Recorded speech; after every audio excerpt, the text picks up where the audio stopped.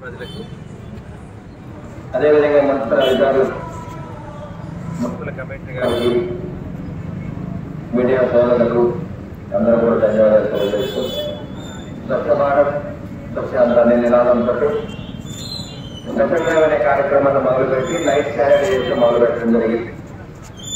మరి ఉదయం పూట మరి పారిశుద్ధ్యం చేయడానికి మరి మోటార్ వెహికల్స్ కానీ అన్నీ అడ్డమవుతుంటాయి కాబట్టి నైట్ టైం ప్రజలందరూ కూడా నిద్రపోయే టైంలో నగరం మొత్తాన్ని శుభ్రం చేసి మరి నగరంలో ఉన్న ప్రజలు తెల్లారి నిద్రలేసేటప్పటికి నగరం అంతా శుభ్రంగా ఉంచుదామనే ఆలోచనతోటి మున్సిపల్ కమిషనర్ గారు కానీ వాళ్ళ సిబ్బంది అందరూ కూడా మా సలహా మేరకు అందరూ కూడా ముందుకు రావడం జరిగింది.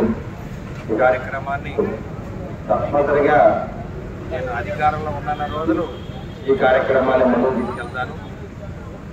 ఎందుకంటే మేము గెలిచిన తర్వాత మాకు బాధ్యత పెరిగింది. ఏదైతే ఈ ప్రజల కోసం పాటుపడాలో మరి ఈ కార్యక్రమాన్ని ముందుకు తీసుకెళ్తాము.